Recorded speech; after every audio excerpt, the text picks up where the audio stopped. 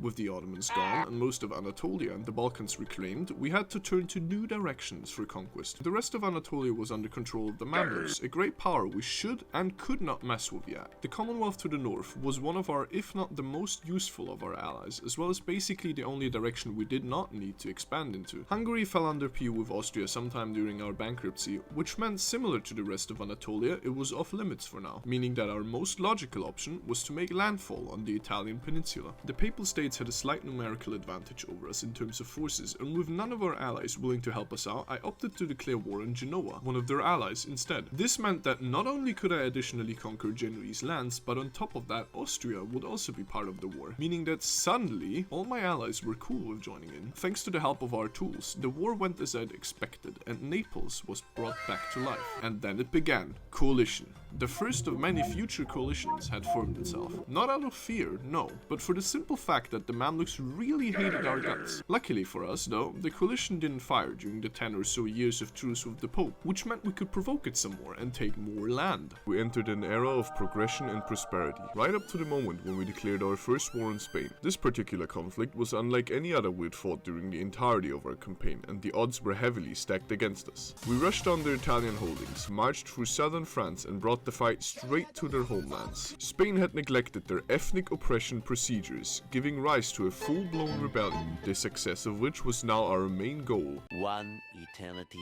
later. Only parts of the rebellious territory returned to our vassal. I was running out of patience and people to throw at the enemy, so I sued for peace, taking the rest of the occupied lands in the peace deal.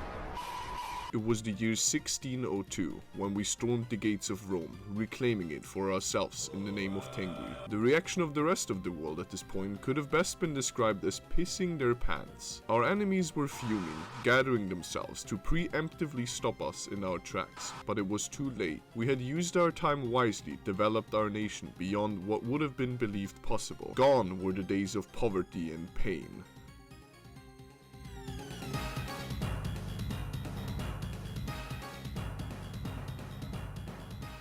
The Austrians struck down, our Mamluk rivals defeated in shame. The more we conquered, the easier fighting our enemies became. Our economy and military skyrocketed right until we reached a point at which we had no other choice but to face a coalition. We had reached that phase of the EU4 single-player experience, a constant grind through a block of nations attempting to put a halt to our expansion over and over and over again. Alternating between wars against Austria, Spain, and the coalition of basically everyone else, we slogged our way towards our goal. I created exclaves and borders so magnificent they could even rival the USA. After finishing aristocratic ideas and becoming whores, it was time to phase out the rest of our infantry for full cavalry.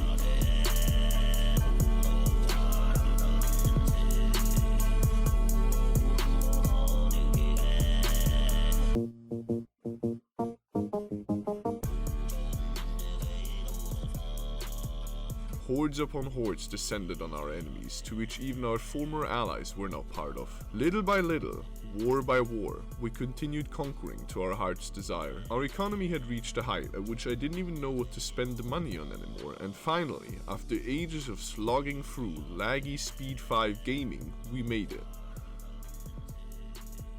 Wait a minute. Oh. 朋友是一个坚韧不拔的纪录片，在香港这座城市的设置。主演钱德勒，